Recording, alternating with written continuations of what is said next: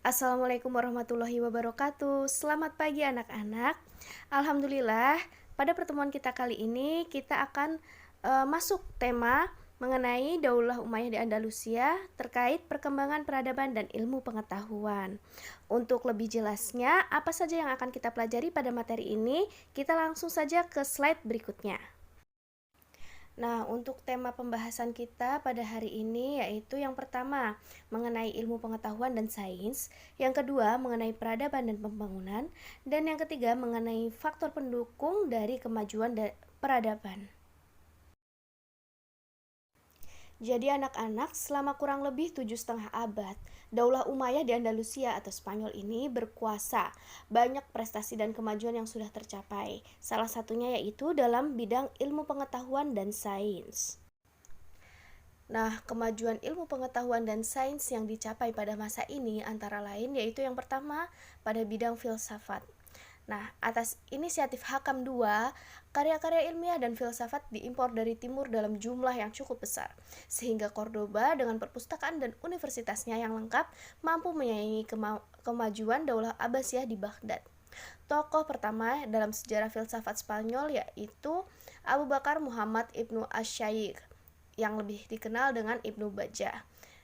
Lalu tokoh yang kedua yaitu Abu Bakar Ibnu Tufail yang berasal dari Wadai, sebuah kota kecil di timur Granada. Dan karya filsafatnya yang terkenal yaitu Hai Ibnu Yaqzan. Nah, tokoh lainnya yaitu Ibnu Rushd dari Cordoba. Yang menjadi ciri khas dari Ibnu Rushd adalah kecermatannya dalam menggeluti masalah-masalah menahun tentang keserasian. Dalam hal sains, pada masa ini banyak bermunculan ilmu-ilmu seperti kedokteran, matematika, kimia, astronomi, dan geografi. Nah, salah satu tokohnya yaitu Abbas Ibnu Fams. Abbas Ibnu Fams menggeluti bidang astronomi dan kimia.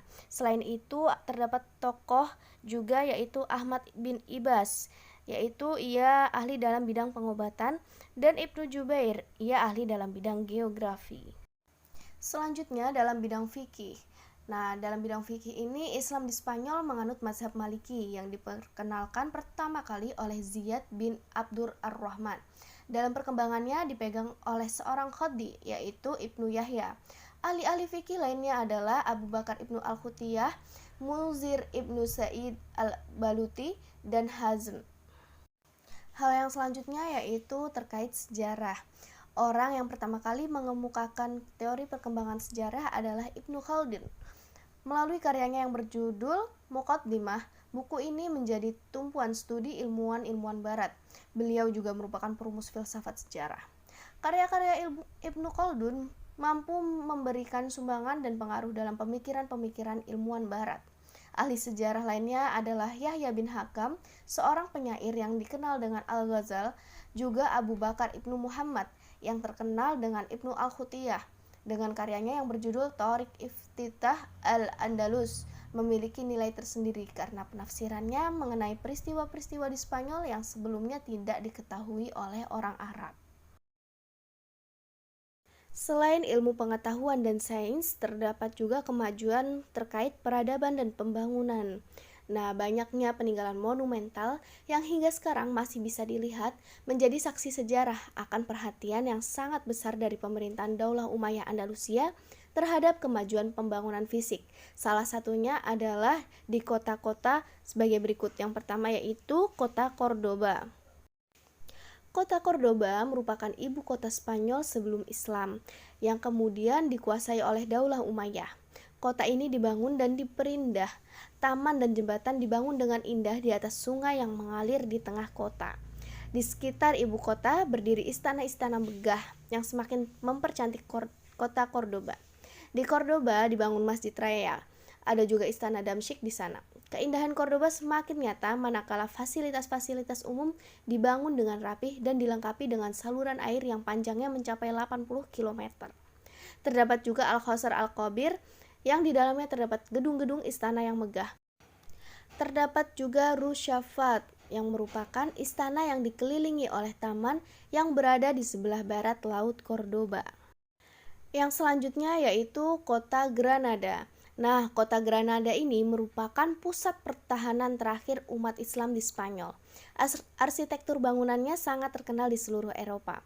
Di sana terdapat Istana Alhambra yang indah dan megah merupakan pusat dan puncak ketinggian arsitektur di Spanyol kala itu.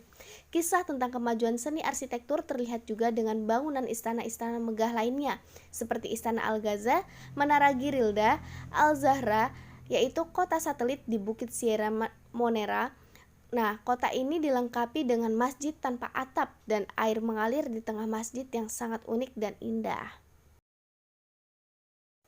Anak-anak, jadi di balik perkembangan ilmu pengetahuan dan peradaban yang terjadi di Daulah Umayyah di Andalusia ini, terdapat faktor-faktor kemajuannya, yaitu diantaranya adanya heterogenitas yang tinggi. Heterogenitas merupakan keberagaman. Jadi komposisi masyarakat tadi yang ada di Andalusia itu mendorong terciptanya iklim intelektual yang maju.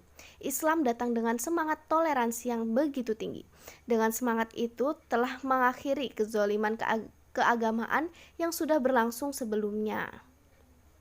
Faktor yang kedua yaitu karena adanya semangat kesatuan budaya Islam yang timbul pada pemikiran ulama dan para ilmuwan.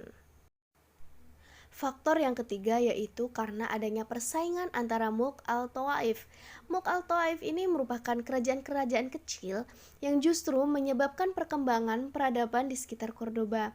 Nah, semuanya ini bersaing ingin menandingi Cordoba dalam hal ilmu pengetahuan, sastra, seni, arsitektur, dan juga kebudayaan. Faktor yang keempat yaitu adanya dorongan dari penguasa yang mempelopori kegiatan ilmiah, sehinggalah muncul ilmuwan-ilmuwan yang kompeten dalam bidangnya. Cukup sekian materi kita hari ini. Jika ada yang belum jelas dan ingin ditanyakan, silahkan kalian bertanya langsung. Kurang lebihnya mohon maaf. Wassalamualaikum warahmatullahi wabarakatuh.